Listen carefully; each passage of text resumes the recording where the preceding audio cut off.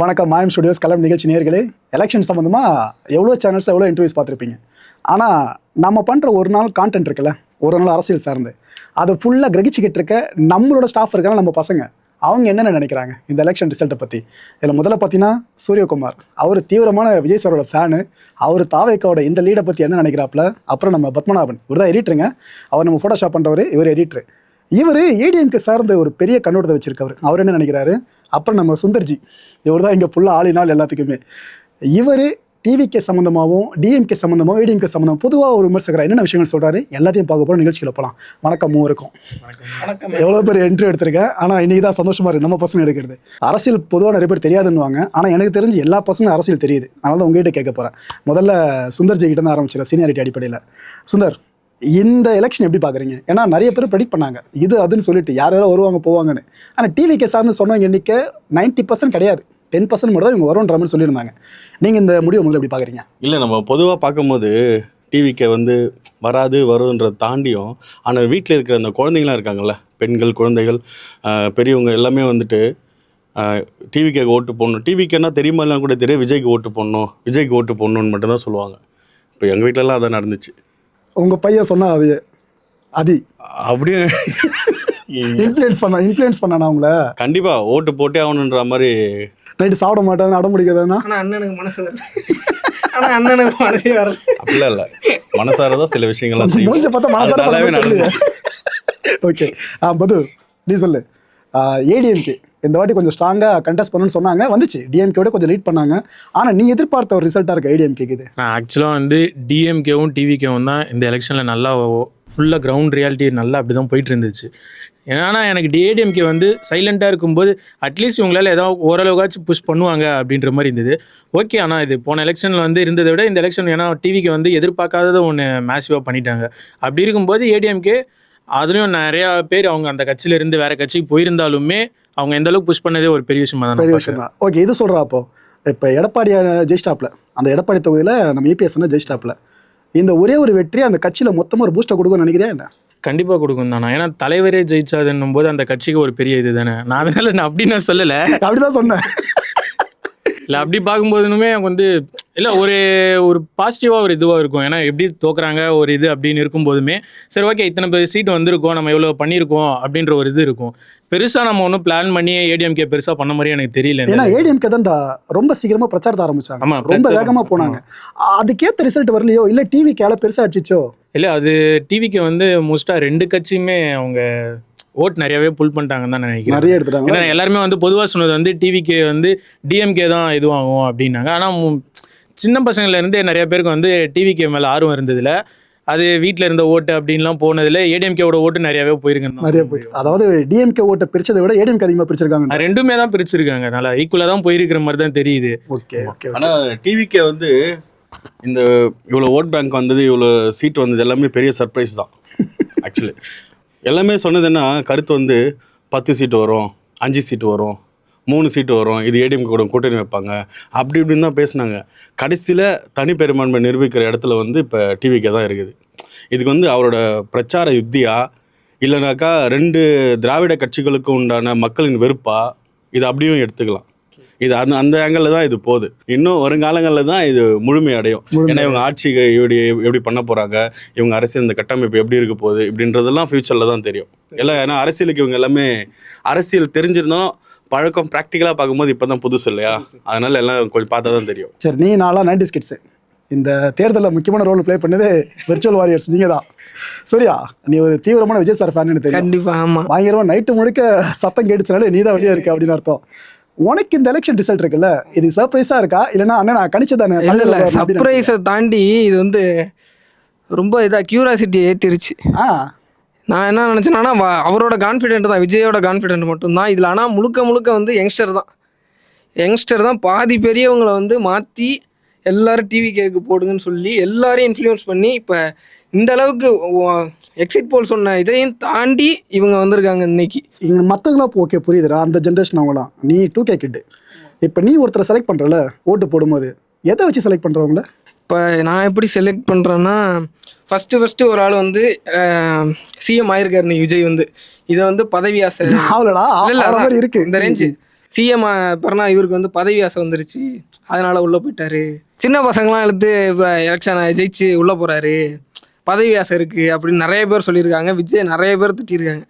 பதவி ஆசையும் தாண்டி விஜய்க்கு வந்து என்னன்னா, பதவி ஆசை தாண்டி இன்னொரு பொறுப்பு வந்திருக்கு. இனிமேல் இன்னும் பொறுப்பு ஜாஸ்தியாக இருக்குது இப்போ விஜய்க்கு. ஃபஸ்ட்டு எப்படி இவர் வந்து இதில் அப்புறம்னா சினிமாவுக்குள்ள பொறுப்புன்னு சொன்னதுனால கேட்குறேன். அந்த பரப்புற டைமில் பசங்க வண்டியில் போய் கீழே வந்தது, அப்புறம் டிரான்ஸ்ஃபார்ம் மேலே ஏறினது, மரத்து மேலே ஏறினது, அப்படி இருக்க பசங்க அதுக்கப்புறம் மாறுவான்னு நினைக்கிறியா? இல்லை மாற மாட்டாங்க. ஆனால் அவங்க மாற மாட்டாங்க. இல்லை அவங்க வந்து பிடிச்சதுனால தானே ஒருத்தவங்க வந்து பின்தொடர்ந்து போயிட்டே அவ்வளோ அன்புன்னு சொல்ல வரியா? இது அன்பு வந்து ஆக்சிடென்ட்டாக மாறிடுச்சு, அவ்வளோதான் எடுத்துக்க முடியும். நம்ம இதுக்கப்புறம் கம்மியாகவும் நினைக்கிறியா? கம்மி ஆகாது, இனிமேல் தான் கூட்டம் கூடும். இனிமேல் தான் இது ஆனால் தவிர்க்கலாம் கொஞ்சம். மெயினான இடத்துல எங்கே வந்து விஜய் நிற்கிறாரோ அங்கே போய் பார்த்து அந்த மாரி பண்ணிட்டு இப்படியே வந்துட்டாங்கன்னா இவங்க கொஞ்சம் இதாக இருக்கும். ஓகே, உங்களால் என்னன்னா இப்போ 2 தொகுதியும் ஜெயிச்சிருக்காப்ல. ஆமாம், உங்கள் தலைவர் விஜய் அவர்கள். ஒரு பக்கம் என்னென்ன தொகுதி கரெக்டாக சொல்லி பார்ப்போம். பெரம்பூர் தொகுதி 1, இன்னொன்று வந்து திருச்சி கிழக்கு. பரவாயில்லடா, உனக்கு யாரும் அரசியல் தெரியல. இல்லை ஒரு தொகுதியில் பார்த்தா 40,000 வாக்குகள் வித்தியாசம். ஆமாம், இன்னொரு தொகுதி 25,000 கிராஸ் பண்ணிடுச்சு. ஸோ இது நூற்றுக்கணக்கான வாக்கு வித்தியாசம், ஒரு மேசிவ் விக்டரின்னு தான் சொல்லணும். இதை பார்க்குறப்போ நாங்கள் எதிர்பார்த்தோம்னா விஜய் சார் இந்த அளவுக்கு மார்ஜின் வரும்னு நீ நினச்சி? கண்டிப்பாக நினச்சேன். ஏன்னா இன்னொரு ஆள் வந்து அகேன்ஸ்டாக பேசியிருப்பாங்க, அந்த ஆள் பேர் சொல்ல விரும்பலை. என்னன்னா விஜய் 2 தொகுதியிலையுமே வரமாட்டார், டெபாசிட் கூட வாங்க மாட்டாங்க. நிறைய பேர் சொன்னாங்க விஜய் தாவைக்கா கட்சியே உள்ளே வராதுன்னு சொன்னாங்க. இத்தனை சீட்டு கூட வாங்காதுன்னு எந்த கட்சி சொன்னிச்சோ, இப்போ எந்த கட்சி இதில் லிஸ்ட்லேயே இல்லையோ அந்த கட்சி வந்து சொன்னிச்சு. ஓகே, ரொம்ப ஆதங்கல்ல சொல்கிறேன். ஓகே சுந்தர், அடுத்து திமுக நீ நிறைய ஃபேவர்னு தெரியும் எனக்கு. இட் மீன்ஸ் ஒவ்வொருத்தருக்கும் ஒரு பார்ட்டி பிடிக்கும். அந்த வகையில் உனக்கு திமுக ஏடிஎம்கே விட ஒரு படி மேலே பிடிக்கும், கரெக்டாக? ஆனால் ஸ்டாலின் அவர்கள் நிலைமையை பார்த்தீங்கன்னா இந்த முறை கொளத்தூர் தொகுதியில் அவரோட கோட்டை அது. ஆனால் அங்கே அவரை தோக்கடிச்சிருக்காங்க. தோக்கடிச்சு யாராக இருக்குன்னு நினைக்கிறீங்க? மக்கள் தான். இது வந்து தாவேக்கா அப்படின்னு சொல்ல முடியாது. அந்த இடத்துல வந்து மாற்று ஒன்று தேவைன்னு மக்கள் விரும்பினது தான். அதான் சொல்ல வரேன். இப்போ இந்த ஃப்ளட் டைமில் சரி, அந்த மாதிரி நேரங்களில் வந்து சரியாக உதவி பண்ணல, சரியாக வந்து பார்க்கல, தொகுதி பக்கம் வரல அப்படின்ற நிறைய குற்றச்சாட்டு இருந்தது. ஆனால் நம்ம கவர் பண்ணுமேடா ஃபுல்லாக ஃப்ளட் டைமில் போனதவங்க. அது எங்கெல்லாம் வத்தி இருக்கோ அங்கெல்லாம் தான் போயிருப்பாங்க. நிறைய குற்றச்சாட்டு இருந்தது அந்த டைமில். இதெல்லாம் வந்து தாவேக்கா வந்த உடனேயுமே ஒரு இதுக்கான ஒரு மாற்று இருக்கு. ஏன்னா ஏடிஎம்கே அந்த அளவுக்கு அங்கே சொல்ல மனசை தொட்டு சொல்லு. அதாவது டிஎம்கே இங்கே சரியா நடந்துக்கலன்னு சொல்ல வரியா, இல்லை விஜய் அலை மொத்தமாக காலி பண்ணிச்சா? இல்லை, விஜய் அலை மொத்தமாக காலி பிச்சுன்றது உண்மைதான். இதில் ஒரு பர்சன்டேஜ் கணக்கு எடுத்துட்டாக்கா அவங்களோட வேலையை அந்த தொகுதிக்கு அவங்க சரியாக செய்யலைன்றது தான் உண்மை. அதுதான் இங்கே அதுதான் நம்ம ரிவ்யூ எடுக்கும் போது, நம்ம போய் பேட்டி எடுக்கும் போது கூட மக்கள் சொன்னது என்னன்னாக்கா, இங்கே இவ்வளோ பிரச்சனை போயிட்டு இருக்கு, இன்னி வரைக்கும் எங்களுக்கு இன்னும் சால்வ் ஆகலை. இப்போ லாஸ்ட்டாக ஒரு பரப்புரை போகும்போது கூட இந்த இடம் வந்து ஆளுங்கட்சி சார்பில் யாராச்சும் வந்தால் தான் இந்த இடத்த கிளியர் பண்ணுறாங்க, மற்ற கட்சி யாருங்க வந்தாலும் அவங்களுக்கு இந்த டொக்கு, இந்த சந்து, இந்த மாதிரி அது மட்டும் இன்னும் தொடர்ந்துகிட்டே இருக்கு. இது வந்து மக்களின் ஒரு வெறுப்பாக தான் பார்க்கலாம். ஏன்னா அவரை தோக்கடிக்கின்ற குறியா இருக்காது, எனக்கான சலுகையோ எனக்கான ஒரு விஷயமோ எனக்கு கிடைக்கலன்ற ஒரு வெறுப்பு தான் அது முழு ஓட்டாக போய் விஜய்க்கு கன்வெர்ட் ஆயிருக்கு. சரி சுந்தர், இப்போ நீ அந்த தொகுதியில் போய் ஓட்டு போடுற அப்படின்னா நீ எதை நினச்சி ஓட்டு போடுவேன்? ஆமாம், என் தொகுதிக்கு எனக்கு இது இந்த இடத்துல என்ன நல்லது நடக்கும்னு பார்ப்பேன். அது இவர் செய்வாருனாக்கா கண்டிப்பாக நான் அவருக்கு தான் ஓட்டு போடுவேன். ஓகே, இது வரைக்கும் டிஎம்கே ரூல் பண்ணியிருக்காங்க, அதனால் அவங்க செய்வாங்க செய்ய மாட்டோம் உனக்கு தெரியும். இப்போ பிளைண்டாக தாவைக்கு அவ்வளோ பேர் கேண்டிடேட்ஸ் மேலே கொண்டு போயிருக்கோம்ல, எந்த நம்பிக்கையில் கொண்டு போயிருக்கோம்? அது ஒரு இப்போ இனிமேல் நாங்கள் ஆதரித்த கட்சிக்கு எதுவுமே நடக்கலைன்னும் போது, அந்த மக்களுக்கு எதுவும் நடக்கலைன்னும் போது, இந்த புதிய கட்சி வந்து ஒன்று பண்ணும் ஒரு நம்பிக்கை தான், நம்மளுக்கு ஒரு நல்லது நடந்துடாதான்ற மக்களின் ஒரு ஏக்கம் தான் அது எல்லாமே, அந்த ஓட்டாக கன்வெர்ட் ஆனதெல்லாம். ஓகே பத்து, இப்போ சுந்தர் சொன்னாப்புல ஒரு ஏக்கம் அப்படின்ட்டு, இப்போ டிவிக்கே நிறைய கேண்டிடேட்ஸ் ஜெயிக்கிறாங்க. இப்போ ஒரு குற்றச்சாட்டு முன் வச்சாலாங்க செய்யலை அப்படின்ட்டு மற்றவங்க, இதே குற்றச்சாட்டு நாளைக்கு டிவிகே கேண்டிடேட் சார்ந்து வரும்னு நினைக்கிறியா? ஏன்பா அவங்கள நம்பி வேணான்ட்டு தான் உங்ககிட்ட போட்டோம், நீங்களும் இப்படி பண்ணுறீங்களா அப்படின்றது வாய்ப்பு இருக்குன்னு நினைக்கிறியா? இது பாசிபிள் நிறையவே இருக்கலாம். ஏன்னா இப்போ இவங்க வந்து இப்போ தான் ஸ்டார்ட் பண்ணியிருக்காங்க. இவங்க இப்போ ஸ்டார்ட் பண்ணி இப்போ போகும்போது நிறையா இந்த மாதிரி விஷயங்கள் ஃபேஸ் பண்ணுறதுக்கு நிறையாவே சான்சஸ் இருக்குது. அதை எப்படி இவங்க ஃபேஸ் பண்ணி அதை கொண்டு போகிறாங்கன்றதில் தான் அவங்களுடைய திறமையே இருக்குது. ஆனால் நீங்கள் சொல்கிற மாதிரி இந்த மாதிரி விஷயங்கள் நிறையா நடக்கும். இப்போ தம்பி சொன்ன மாதிரி அந்த கூட்டத்தில் இது வருது, அதுவுமே இன்னும் தொடர தான் செய்யும். இது எல்லாமே அந்த கட்சியோட மேலிடம் வந்து எப்படி ஹேண்டில் பண்ணுறாங்கன்றதில் தான் அவங்களுடைய கெப்பாசிட்டி லெவலே தெரியும். நெக்ஸ்ட்டு சிஎம்மாக ஒரு மறுபடியும் அந்த எலெக்ஷனில் நிற்கும் போது அதோடைய வெளிப்பாடு எப்படியும் தெரிஞ்சிட போகுது. ஓகே சூர்யா, உன்னை சூர்யான்னு கூப்பிட்டத விட நிறைய பேர் உனக்கு வச்ச பேர் தற்கொலைன்னு ஆரம்பிச்சாங்க. ஆமாம், கண்டிப்பாக சாரை ஃபாலோ பண்ணுற ஒரே காரணத்துக்காக உன்னை தற்கொலைன்னு கூப்பிட ஆரம்பிச்சாங்க. இப்போ அந்த ஒரு திட்டம் வாங்கிட்டே இருந்தல, இப்போ திடீர்னு இப்படி ரிசல்ட் பார்க்கும்போது உனக்கு எப்படி தோணுது? இல்லை, ரிசல்ட்டுன்னு அப்படி சொல்லக்கூடாது. இது என்னன்னா, இப்போ நீங்கள் வந்து ஒருத்தரை திட்டுறீங்கன்னு வச்சுங்களேன், அவர் என்னன்னா சரி இவருக்கு வந்து ஆன்சர் பண்ணாமல் போயிடணும்.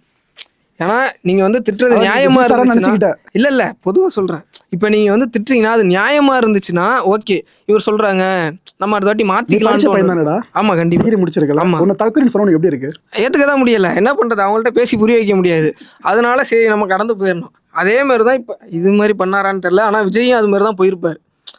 நிறைய பேர் சொன்னாங்க, ஆனாலும் கடந்து போனார், கண்டுக்கல, அவ்வளோதான். அவரோட மெயின் யாருன்னா டிஎம்கே இருக்கணும். அவரை எதிர்த்து உடச்சி மேலே வந்துட்டு. ஏன்னா இப்போ விஜய் சார் வீடு இருக்குல்ல, அதை சுற்றி இப்போ என்ன பண்ண ஆரம்பிச்சிட்டாங்க? ஆமாம், அதையும் பார்த்தேன். ஒரு சிஎம் வீட்டுக்குள்ளே போனால் என்னென்ன ப்ரோட்டோகால் இருக்குமோ அதெல்லாம் செட் பண்ண ஆரம்பிச்சிட்டாங்க. அதை பார்க்குறப்போ எப்படி இருக்கு? ஏன்னா ரொம்ப இதாக இருக்குது. ஏன்னா இதுக்கு முன்னாடியும் பாதுகாப்பு இருந்துச்சு, ஆனால் இப்போ வந்து கொஞ்சம் பாதுகாப்பு இன்னும் ஜாஸ்தியாகும். இன்னும் ஜாஸ்தியாக இருக்கு. அது பாதுகாப்புன்னு சொல்றதுனால கேட்குறேன். கரூர் துயரம் இருக்குல்ல, 41 பேர் உயிரிழந்த விஷயம், அது தேர்தலில் தாக்கமாக ஏற்படுத்தியிருக்கா?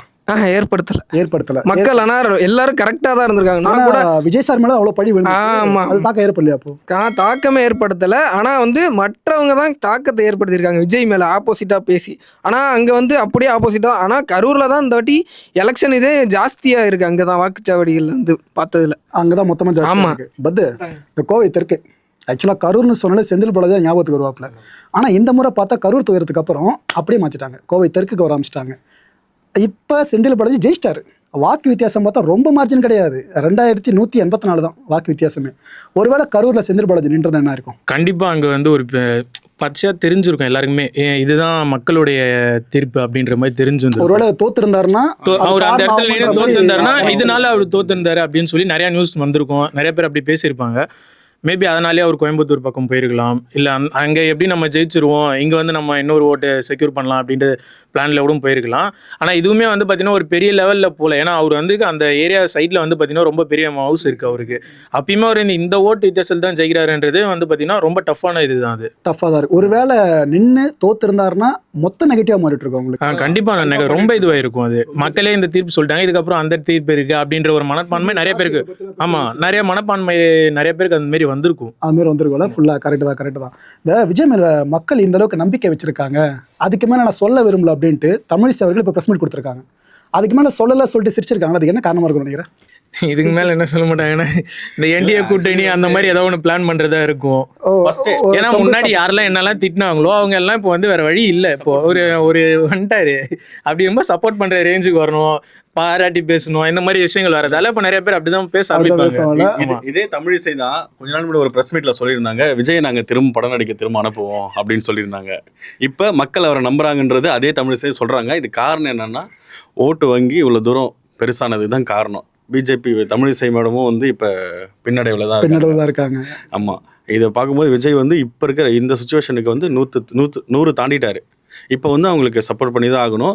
ஏன்னா ஃபியூச்சரில் இப்போ இன்கேஸ் இன்னைக்கு நைட்டோ இல்லை நாளைக்கு கூட மாறலாம், கூட்டணி 2 பேரும் கூட்டணியை கூட அறிவிக்கலாம். இதுக்குமே எவ்வளோ வாய்ப்புன்னா இருக்குது. ஓகே, நீ சைதாப்பேட்டனாலும் வந்துட்டு அந்த கேள்வி கேட்குறேன். சைதாப்பேட்டனா அந்த மாதம் தான் ஞாபகத்து வருவாப்பில். நானும் மாதவ ஸ்கூல் தான், நீயும் மாதவ ஸ்கூல் தான்.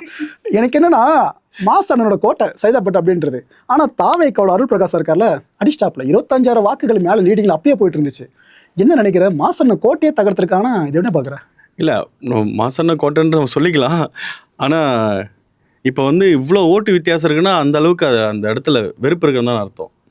இவ்வளோ வருஷமாக ஜெயிச்ச ஒரு இடம், அது நுழைவாயில் போகும்போதே அது டிஎம்கேட கோட்டை அப்படின்ற மாதிரி தான் இருக்கும் சைதாப்பேட்டை போவா. இப்போ தாவேக்காவோட கோட்டையாக அது மாறிடுச்சுல. ஏன்னா அங்கே இருக்கிற யங்ஸ்டர்ஸ் எல்லாமே, படித்த மக்கள் எல்லாருமே, இப்போ யங்ஸ்டர்ஸ் சரி, குழந்தைகள் சரி, பெரியவங்க எல்லாரும், தாய்மார்கள் எல்லாருமே இப்போ டிவிக்கே தான். ஏன்டா அப்படின்னு பார்த்தா குழந்தைங்களுக்கு பெருசாக மெச்சூரிட்டி இருக்காது, பேரண்ட்ஸ்க்கு மெச்சூரிட்டி இருக்கும். படித்த பசங்க யோசிப்பாங்க, இவ்வளோ பேர் டிவிக்கு செலக்ட் பண்ணுறீங்க, ஆனால் எதுக்காக தற்கொலை கூட்டுற பேர் வருது? அது வந்து அவர் விமர்சிக்கிறது தான், விமர்சனங்களை ஒரு நபரை விமர்சிக்கிறேன்னு சொல்லிட்டு எல்லாருமே. ஆமாம், படித்த மக்கள் அதில் எவ்வளோ பேர் படிச்சிருக்காங்க, எவ்வளோ டாக்டர்ஸ் இருக்காங்க, எவ்வளோ போலீஸ் இருக்காங்க, எவ்வளோ வக்கீல் இருக்காங்க, டிவிக்கில் இருக்காங்க, எவ்வளோ பேர் இருக்காங்க. எல்லாரையும் ஒட்டுமொத்தமாக தற்கொலை சொல்ல முடியாது, சொல்கிறவன் தான் தற்கொலை. என்னை பொறுத்த வரைக்கும் நான் அப்படிதான் சூரிய இங்கே உட்காந்துருக்க மாதிரி இருக்கும் கொஞ்ச நேரத்தில். இல்லை பொதுவாக நம்ம பார்க்கும்போது அப்படிதான் தோணும். இப்போ இந்த டிவிக்கில் இருக்கிறவங்க யார் வேணா நாளைக்கு கவர்மெண்ட் அஃபீஷியல்ஸாக மாறலாம், ஐஏஎஸ்ஸாக மாறலாம், எவ்வளோ பேர் எவ்வளோ விஷயங்கள் படிச்சிருக்காங்க. பொதுவாக ஒட்டுமொத்தமாக எல்லாருமே சொல்லிட முடியாதுல்ல. இது வந்து தற்கொலைன்ற வார்த்தை வந்து எதனாலன்னா, ஒரு சினிமா துறையிலேருந்து வந்து ஒரு அரசியலில் வந்து முதலமைச்சர் ஆகிறாரு, இவர் எப்படி நம்மளை வந்து வழிநடத்த போகிறாருன்ற ஒரு சினிமாக்காரன் தான் எப்படி நம்மளை இந்த ஒரு பார்வை இருக்குல்ல, அதுவே நான் தவறானதுன்னு தான் சொல்லுவேன். ஏன்னா இதுக்கு முன்னாடி இருந்த சினிமா நட்சத்திரங்கள் தான் நம்மளை வழி நடத்தினாங்க. ஓகே சுந்தர், அவங்க தான் நம்மளுக்கு நிறைய கல்வி கொடுத்தாங்க, காலேஜுக்கு நிறைய நிதி ஒதுக்குனாங்க, இவ்வளோ விஷயங்களை பண்ணது அவங்க தான். அவங்கள படிக்க வைக்காத இவரும் அதை தான் பண்ண போறாரு. சூர்யா, இப்போ ஒரு நடிகர், உனக்கு பிடிச்ச நடிகர் எலெக்ஷன் நின்னாரு, அதனால ஓட்டு போட்டேன். எனக்கு தெரிஞ்ச அதான் முதல் காரணம். ஓகேவா? இப்போ பெரிய பெரிய அச்சீவ் பண்ண ஐஏஎஸ் ஆஃபீஸர்ஸ் இருந்திருப்பாங்களே, மக்களுக்காக களத்தில் போராடி இருப்பாங்களே, நமக்கு பெருசாக முகமே தெரியாதவங்க, நியூஸில் பெருசாக கேரி பண்ணாதவங்க, அவங்க இதே போல் எலெக்ஷன் நின்று ஓட்டு கேட்டிருந்தா நீ ஓட்டு போட்டிருப்பியா? ஓட்டு போட்டிருப்பேன். அதாவது மக்களுக்கு எது பொதுவாக எப்படி இருக்கோ, அது மக்களுக்கு பிடிச்ச மாதிரி இருக்காங்களோ அவங்களுக்குலாம் நான் ஓட்டு போடுவேன். ஏன்னா மக்களுக்கு அவங்களோட உன் ஓட்டு உண்டு, நீ யாருக்கு? ஆமாம்மா, நான் அப்படி தான் போடுவேன், சூஸ் பண்ணி.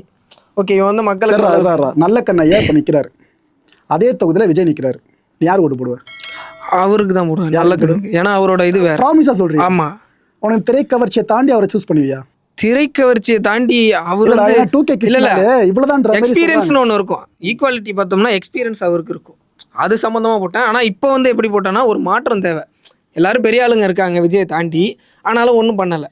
அதனால நான் விஜய்க்கு போடுறேன் மாற்றம். ஓகே, இவர் வந்தால் இந்த வாட்டி நல்லாயிருக்கும். ஏன் அதையும் தாண்டி விஜயை தாண்டி ஓட்டு போட்டேன்னா, ஓகே யங்ஸ்டர் நிறைய பேர் வச்சுருக்காரு விஜய். இப்போ விஜய் வந்து ஒன்று சொன்னார்னா, இது எப்படி பார்க்கலாமா? இப்போது ஏடிஎம்கே டிஎம்கே நம்மளை ஆண்டுட்டாங்க இவ்வளோ வருஷம், நம்ம பார்த்துட்டோம். ஸோ டிவிகேக்கு வாய்ப்பு கொடுத்தா என்ன பண்ணுறாங்கன்னு பார்ப்போமே, அந்த கட்சிகள் மேலே இருக்க வெறுப்பை தாண்டி இதை பார்ப்போமேன்னு யோசிச்சிருக்காங்க. இல்லை, இது தாண்டி எப்படி யோசிச்சேன்னா, இப்போ வந்து டிஎம்கே, இப்போ நீங்கள் வந்து டிஎம்கேல இருக்கீங்கன்னு வச்சுக்கோங்க, நீங்கள் வந்து ஒரு உங்கள் மேலே ஒரு குற்றச்சாட்டு வந்துச்சுன்னா அதை நீங்கள் மறைச்சிட்டு போகிற மாதிரி தான் இப்போ இருக்குது. அது ஆளுங்கட்சி யாராக இருந்தாலும் அதை பண்ணுறாங்க. ஆமாம், அதை மறந்துட்டு போகிற மாதிரி தான் இருக்குது. இதுவே வந்து விஜய் மேலே விழுந்துச்சுன்னா விஜய் என்ன பண்ணுவார்னா, யங்ஸ்டரை கூப்பிட்டு சொல்லுவார், சரிடா நாளைக்கு உங்கள் ஆட்சியில், டிவிகே ஆட்சியில் தமிழ்நாட்டில் ஒரு பெரிய சட்டம் ஒழுங்கு பிரச்சனை ஏற்படுது, அப்போ எல்லா ஊடகமும் விஜய் மேலே குற்றம் சாட்டுறாங்கன்னா நீ அதை பார்த்து ஏத்துப்பியா? இல்லை டிஎம்கே தான் கண்ணை திறப்போம்? இல்லை அப்படி பண்ண மாட்டாரு. இப்போ விஜய் மேலே ப்ராப்ளம் இருக்கிறப்ப விஜய் வந்து ஓகே இதை சரி பண்ணுறதுக்கு என்ன பிளான் பண்ணலாம் அப்படின்னு யோசிப்பார். அப்போ என்ன யோசிப்பார்னா, ஓகே யங்ஸ்டர் வச்சு ஒரு குற்றம் நடந்துருச்சு, என்ன பண்ணுவார் விஜய்? புரியல. ஒரு குற்றம் நடந்துருச்சு தமிழ்நாட்டில், என்ன பண்ணுவார் விஜய்? அதை சால்வ் பண்ணுறதுக்கு என்னென்ன தீர்வு பண்ணணுமோ அதெல்லாம் பண்ணுவார். முக்கியமாக யங்ஸ்டர் சப்போர்ட் வச்சு தான் இதை பண்ணுவார். இப்போ டிஎம்கே என்ன பண்ணாங்க, ஒரு பெரும் குற்றச்சாட்டு விழுதுனாக்கா அந்த நபரை அரெஸ்ட் பண்ணுவாங்க. ஸோ நாளை பின்ன ஒரு குற்றம் நடக்குதுனாக்கா அதுக்கு சிவியர் ஆக்ஷன் எதிர்பார்க்கலாம். ஆமாம், கண்டிப்பாக எடுக்கலாம். புஷி ஆனந்திருக்கார்ல, அவர் தீனாரில் தலைவர் ஜெயிஸ்டாப்ல, எனக்கு தெரிஞ்சு தாவைக்கால எல்லாரும் அறிஞ்ச விஜய்க்கு அடுத்தபடியான முகம் புஷி ஆனந்த் தான்.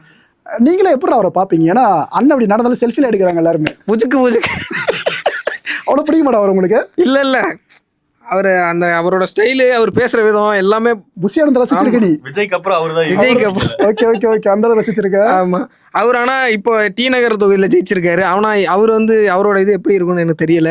ஆனால் கண்டிப்பாக வந்து ஒரு பெரிய ஆளோட சப்போர்ட்டோட தான் அவரும் வருவார். கண்டிப்பாக ஒரு நல்ல இது சப்போர்ட் கொடுப்பாரு. ஊர் தஞ்சாவூர் இருக்குல்ல? ஆமாம், அங்கேயே டிவிக்கு தான் ஜெயிச்சிருக்காரு. ஆமாம், கண்டிப்பாக. அந்த தொகுதியில் என்ன சரி பண்ணுன்னு எதிர்பார்க்குறேன்? அந்த தொகுதியில் அவர் தான் இருக்கிறதுல லீடிங்கில் ஜெயிச்சிருக்காரு தஞ்சாவூரில். ஏன்னா இல்லை அதுக்காண்டி சொல்லலை, ஏன்னா அவர் எலெக்ஷனுக்கு இப்போ தான் வந்து நிற்கிறாரு. ஆனால் இதுக்கு முன்னாடி வந்து கிட்டத்தட்ட நான் சின்ன பிள்ளையா இருக்கிறப்பலேருந்து வந்து சின்ன பையன் தான்டா. இல்லை நான் ஸ்கூல் படித்தப்ப என்னன்னா, நான் அவரோட இது ஒரு தளபதி மக்கள் இயக்கம்னு ஒன்று இது பண்ணார். அங்கே வந்து கிட்டத்தட்ட காலையில் வந்து ஒரு 8 to 9 வரை ஃபுல்லாக காலை உணவு தினமும் போடுவாங்க. நானும் அதில் சாப்பிட்ருக்கேன். ஆமாம், கண்டிப்பாக கிட்டத்தட்ட ஒரு 15 வருஷம் போட்டிருப்பார்.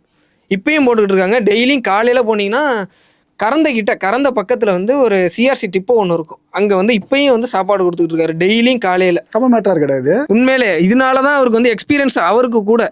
அதனால தான் இன்னொன்று கேட்குறேன், இப்போ எல்லா தொகுதியிலும் விஜய் கேண்டிடேட் ஜெயிச்சிருக்காங்களே மேக்ஸிமம் தொகுதிகளில், அவங்களும் இதேமாரி சோறு மட்டும் போட்டால் போதுமா தொகுதி? இல்லை அப்படி சொல்லவில்லை நான். அதாவது இந்த மாதிரி ஒன்று எடுத்து நடத்திக்கிட்டு வராங்க. இது வந்து ஒரு நல்ல விஷயமா மக்களுக்கு பட்டிருக்கு. அதனால ஓகே இந்த ஆள் வந்துச்சுன்னா, இந்த ஆள் வந்தாப்புலன்னா கொஞ்சம் நல்லா இருக்கும் தஞ்சாவூர் அப்படிங்கிற வாசி இந்த வாட்டி வந்திருக்காரு. ஓகே, இப்போ ஓட்டு கேட்க உங்கள் வீட்டில் வந்திருப்பாங்களே, இப்போ நாளை பின்ன உன் தம்பிக்கு காலேஜில் சீட்டு வேணும், ஆனால் அவன் தம்பி நல்ல மார்க் எடுத்திருக்காப்புல, ஏதோ காரணம் சொல்கிறான் காலேஜில், அதுக்காக நீ இந்த கேண்டிடேட் பார்க்க போகிறேன், ஆனால் உங்களை நம்பி தானே ஓட்டு போட்ட எம்எல்ஏ நீங்கள் தானே வந்து பேசின அப்படின்னு சொன்னால் அவர் வருவார் நினைக்கிறியா? இல்லை இது டவுட்டு தானா? ஏன்னா சின்னையா கேள்விப்பட்டிருக்கேன் தாம்பரத்தில். இல்லை எக்ஸ் மினிஸ்டர் அவர் என்ன பண்ணுவாப்புல, பசங்க இந்த தொகுதியில் யார் போய் கேட்டாலும் காலேஜ் சீட்னா அவரே கார் எடுத்து கிளம்பிடுவார். நான் நேரில் பார்த்துருக்கேன் அந்த விஷயத்தை, அதனால கேட்குறேன். ஆனால் இதை பற்றி எனக்கு தெரியலை எப்படின்னு. எப்படி இருக்கும் நடந்தால் நல்லது தான். யாருக்கு நடந்தாலும் நல்லதுதான் அது. ஏன் தம்பின்னு இல்லை, பொதுவாக நடந்தாலும் நல்லது. ஏய் வாவ், இவ்வளோ பேசியாடா? இல்லை சொல்கிறேன். ஓகே பத்து, ஆனால் 3 மார்க் கிடைக்காம போய். பட் ஒரு இந்த மேட்டரில் ஜெயலலிதா அவர்களை கனெக்ட் பண்ணி 2 விஷயம் நடந்திருக்கு. ஒன்று நெகட்டிவ், ஒன்று பாசிட்டிவ். நெகட்டிவ் என்னன்னு சொல்லணும்னாக்கா 1996 எலெக்ஷன், அதாவது ஆக்சுவலாக சிஎம்மாக இருந்து அவங்க போட்டி போட்டு தோத்துட்டாங்க. ஓகேவா? இப்போ அதே மாரி ஸ்டாலின் அவர்கள் சிஎம்மாக இருந்தாப்புல, சிட்டிங் சிஎம் போட்டி போட்டு குளத்தில் தோத்துருக்காப்புல. இது நெகட்டிவ் சைடு. பாசிட்டிவ் சைடு பார்த்தோன்னா ஜெயலலிதா அவர்கள் தான் 2 தொகுதியில் நின்று ஜெயிச்சாங்க. இப்போ அடுத்து விஜய் பண்ணியிருக்காரு. அதில் பெரம்பூர்லையும் திருச்சி கிழக்குலையும். ஒரு பக்கம் பாசிட்டிவ் நெகட்டிவ்னு ஜெயலலிதா அவர்களை தமிழக அரசு பிரிச்சே பார்க்க முடியல. நீ ஏடிஎம்கே சார்ந்து நல்லா பேசுவாருன்னு ஒன்றை கேட்குறாரு. இல்லை, அவங்க வந்து ஒரு பெரிய தாக்கம் தான் நான் தமிழ்நாட்டில். விஜய் சார் ரோல் மாடல்னு சொன்னாப்புல ஜெயலலிதா அவங்கள. ஆமாம், அவங்க உண்மையாக ஒரு பெரிய தாக்கத்தை உண்டாக்கிட்டு தான் போயிருக்காங்க தமிழ்நாட்டை பொறுத்த வரைக்கும். அது வந்து எப்படின்னா, இப்போது ஜெயலலிதா மேடம் கொண்டு வந்த நல்ல திட்டம் ஒன்று பிடிச்சது எதிரா? நீ பயனடைஞ்ச திட்டம் எதனா? நான் படிச்சதுன்னா அம்மா உணவு. அம்மா உணவுல நானும் அது சாப்பிடாம எனக்கு தெரிஞ்சு சென்னையில் ஊர்லேருந்து இங்கே வந்து சென்னையில் அதுதான் ஃபர்ஸ்ட் நான் போகும்போது அம்மா உலகம் போகும்போது இப்படிலாம் போய் சாப்பிட்ணுமா அப்படின்னு யோசிச்சு நல்லா இருக்குமா அப்படின்ற ஒரு கண்ணோட்டத்தில் போவோம். ஆனால் உள்ளே போய் சாப்பிடும்போது நம்ம வெளியில் காசு கொடுத்து நம்ம வாங்கி சாப்பிட்றத விட அங்கே வந்து கொஞ்சம் டேஸ்ட்டாகவே இருக்கும், நல்லாவே இருக்கும், நல்ல டேஸ்ட்டாக இருக்கும்டாங்க. அப்படி இருக்கும்போது அந்த மாதிரி விஷயங்கள் நிறையா அவங்க சாப்பாடு ஸ்கூல் பசங்களுக்கு கொடுத்த அந்த திட்டமாக இருக்கட்டும், உமன்ஸுக்கு நிறையா பண்ணியிருக்காங்க. ஆமாம், அந்த உமன்ஸுக்கு வந்து நிறையா கொடுத்துருக்காங்க. அந்த மாதிரி பாதுகாப்பு ரீதியாகவும் அவங்க இருக்கும்போது உமன்ஸுக்கு வந்து நிறையா ப்ரொடக்ஷன் கொடுத்துருக்காங்க. பஸ் ஸ்டாண்டு பக்கத்துலாம் இந்த தாய் சேய் அப்படின்னு சொல்லிட்டு குழந்தைங்கள்லாம் பால் கொடுத்து தாய் சேய் நலத்திட்டம் பால் அந்த மாதிரி அந்த ரொம்ப அது ப்ளஸ் எனக்கு தெரிஞ்சு ஒரு ஆண்டிகா பொறுத்தவங்க பஸ்ஸில் வந்து ரொம்ப கஷ்டப்பட்டாங்க. ஆனால் அந்த பஸ்ஸு கண்டக்டரே வந்து செங்கல்பேட்டில் நிறுத்திட்டார், பஸ் ஸ்டாண்டில் நிறுத்திட்டு நீங்கள் அங்கே போங்க, பார்த்தா ஜெயலலிதா அம்மாவோட படம் இருக்குது. ஸோ அது உள்ளே போயிட்டு அவங்க ஃபீட் பண்ணிவிட்டு அந்த குழந்தை தூக்கிட்டு வராங்க. அது ரொம்ப நல்ல இனிஷியேட்டிவ். ஆனால் இது நீ கரெக்டாக பார்க்குற சார். எப்படின்னா, இப்போ ஒருத்தவங்க ஆட்சியில் இருக்கும் போது அந்த ஆட்சியில் எந்த திட்டம் கொண்டு வந்தாலும் அந்த திட்டம் சார்ந்து அந்த சிஎம்மோட ஃபோட்டோ வச்சுருவாங்க. ஆனால் மக்களோட பணம் தான் அது. இதை நீ கரெக்டாக பார்க்குறியா? நாளைக்கு விஜய் அவர்கள் இதை பண்ணுவார் நினைக்கிறியா?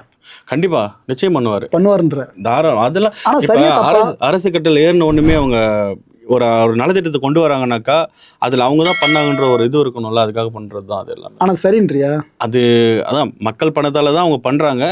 ஆனா நான் தான் பண்ணன்ற ஒரு அடையாளத்துக்காக அதை பண்றாங்க. சரின்ற தப்புன்றியா? ஆனால் இது ஆக்சுவலாக எப்படி சொல்லணும்னா, இப்போது நம்ம ஒரு கோவிலோ ஏதோ ஒன்று நம்ம கட்டுறோம் அப்படின்னா உபயம் அப்படின்னு சொல்லிட்டு போடுவாங்கல்ல. நம்ம காசுரா? நம்ம காசாக தான் இருக்கும். அந்த மாதிரி தான் அதுவுமே அப்படி தான் அவங்களும் எடுத்துக்கிறாங்க. இப்போ நம்ம எல்லாருமே வழி நடத்துற ஒரு ஸ்டேஜ்ல இருக்காங்க, சேனலைஸ் பண்ணி நான் கொடுக்கறதுனால நான் கொடுக்குறேன். ஆமா, இவங்க இப்போ நம்ம இப்போ நம்ம அம்மா இல்ல, கலைஞர் ஐயாவும் இல்ல, அப்படி இருக்கும்போது அவங்களுடைய நேம் இருக்கு, அவங்களோட பிராண்ட் இருக்கு, அது வந்து அவங்களுடைய வரலாறா ஹிஸ்டரியா அப்படின்னு இருக்குது, ப்ரொமோட் பண்ணிக்கிறாங்க.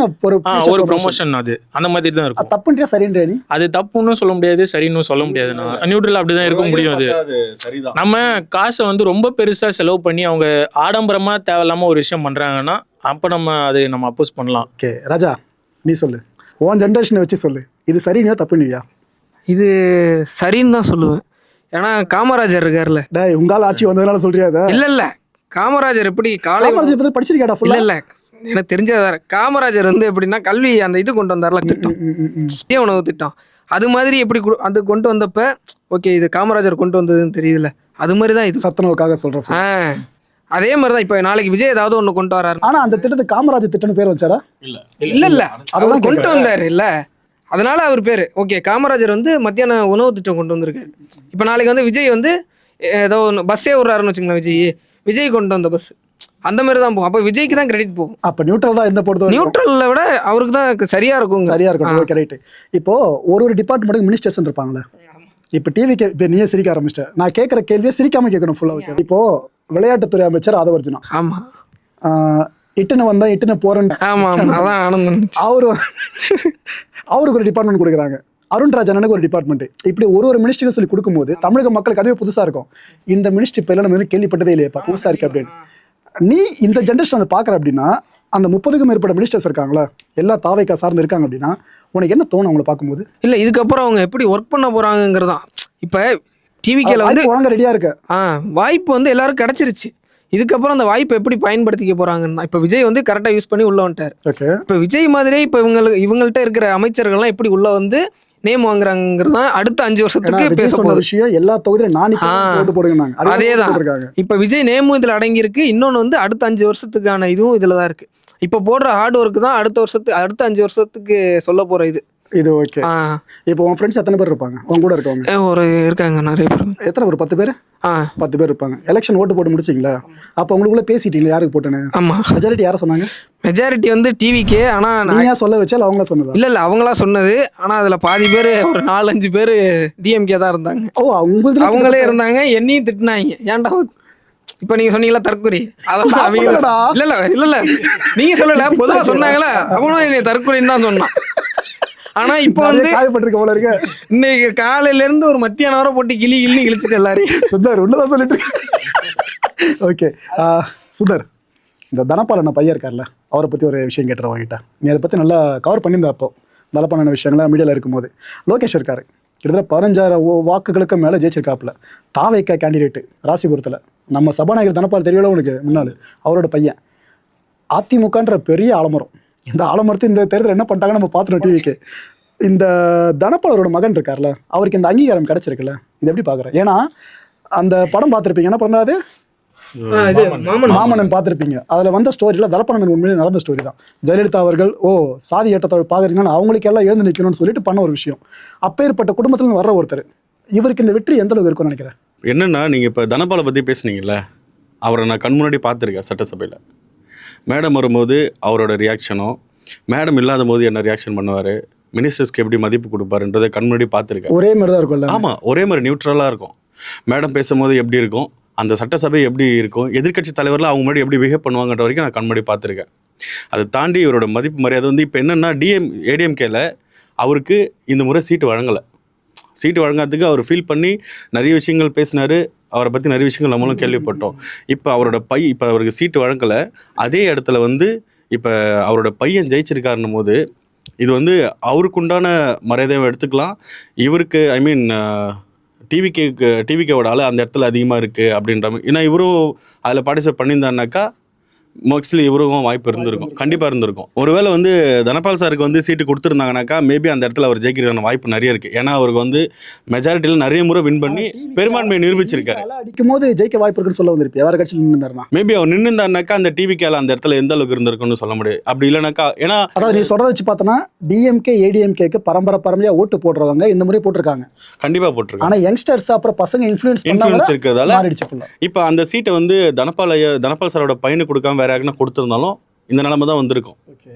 என்னன்னா எக்ஸ்ட்ரா ஓட்டு இவர் கண்டிப்பாக போயிருக்கும். ஓகே, அடுத்து பத்து, நாம் தமிழர் கட்சியை பற்றி என்ன நினைக்கிறேன்? ஆக்சுவலாக உண்மையாக கொஞ்சம் பாவம் தானே.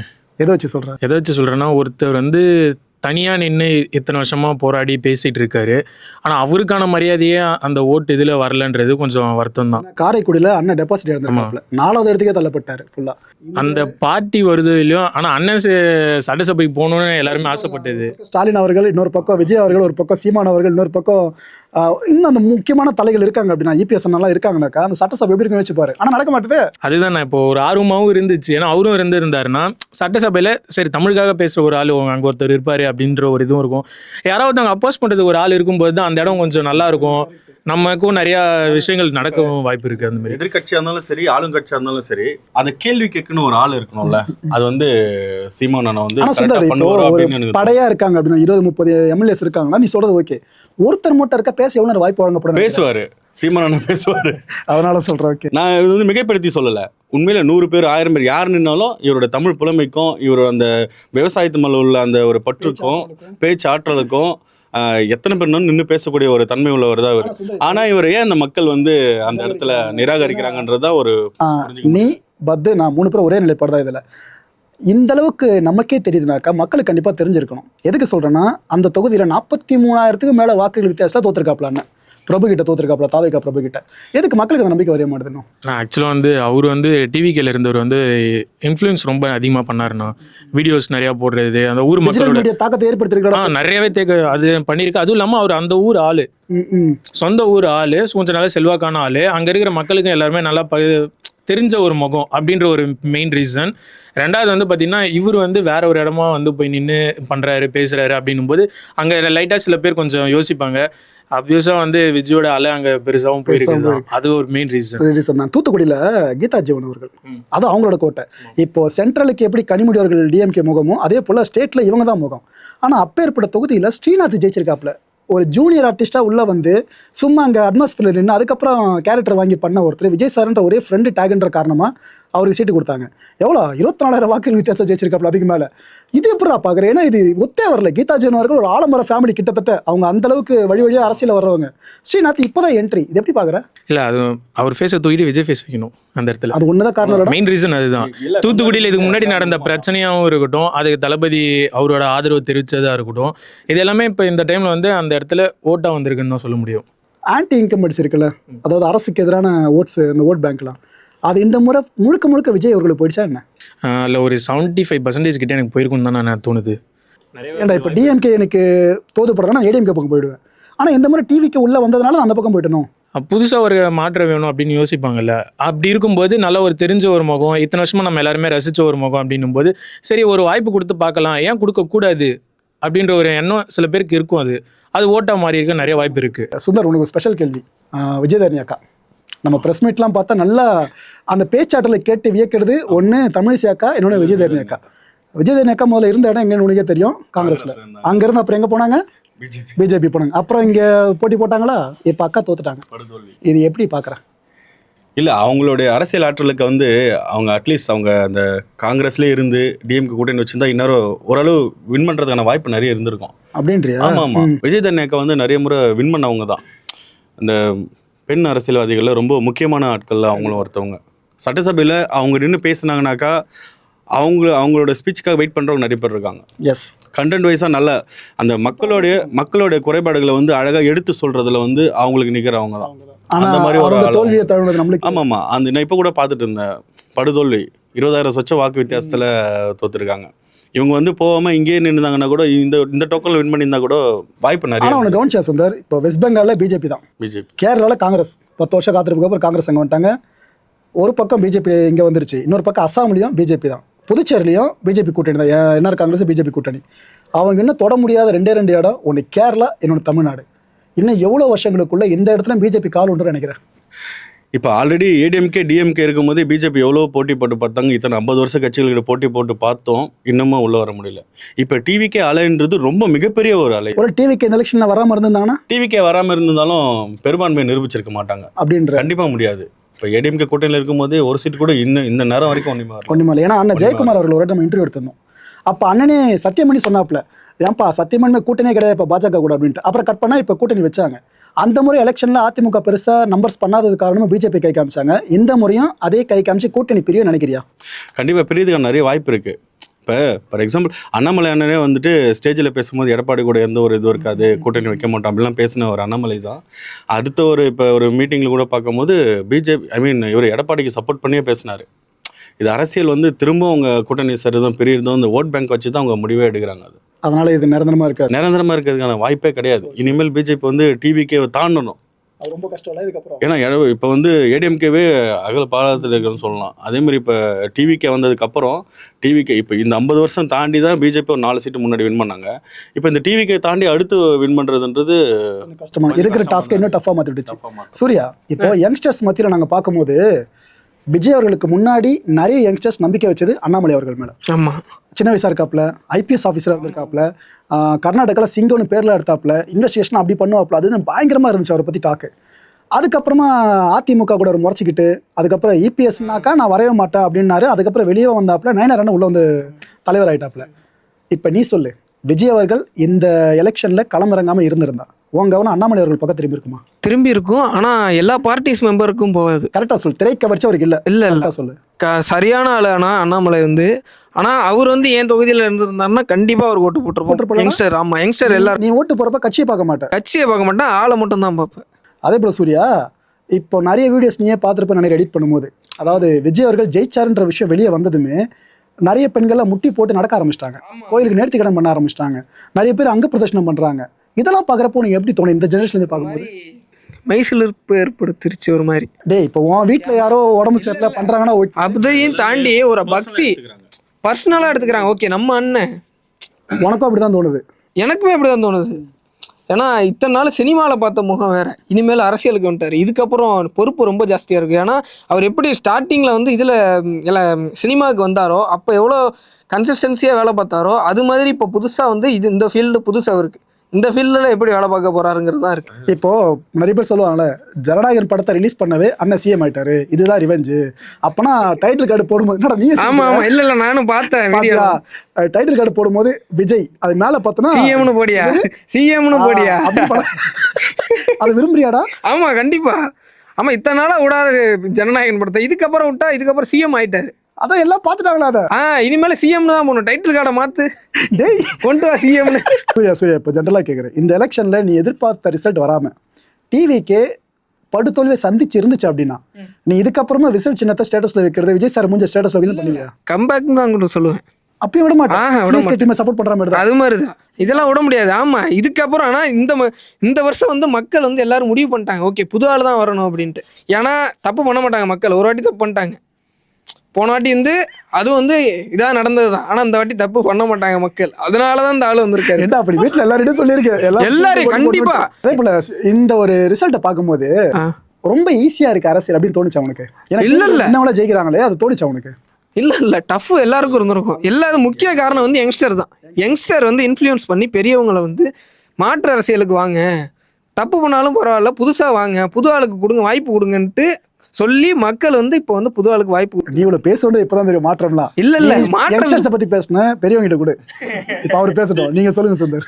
நடிகர் விஜய் வந்து நிற்கிறாரு அப்படின்ற மாதிரி ப்ரொஜெக்ஷனு எல்லா தொகுதியிலும் வந்து விஜயாவே பாருங்க, விஜய்க்காக ஓட்டு போடுங்க, விசில் சின்னத்துக்காக ஓட்டு போட்டாங்க. சில தொகுதியில் வந்து ஓட்டு போட்டோன்னா விசில் சின்னம் நிற்கிற அந்த கேண்டிடேட் யாருன்னே தெரியாது, அந்த பேர் தெரியாது, அந்த ஆளே தெரியாது அப்படின்னு தெரிஞ்சவங்க ஆனால் ஓட்டு போடுறாங்க. இது ஒரு முகமாக ஆயிடுச்சு. ஆனால் இதை பார்க்குறவங்க வந்து இது ஈஸியாக இருக்கேன்னு சொல்லி அடுத்த எலெக்ஷனில் நிற்கணும்னு நினைக்கக்கூடாதுனாக்கா அதுக்கு இவங்க என்ன பண்ணணுன்னாக்கா, இப்போ வின் பண்ணிட்டோம், இந்த 5 வருஷத்துக்கான வேலை அந்த ஹார்ட் ஒர்க் வந்து அவங்க ப்ரூஃப் பண்ணணும்.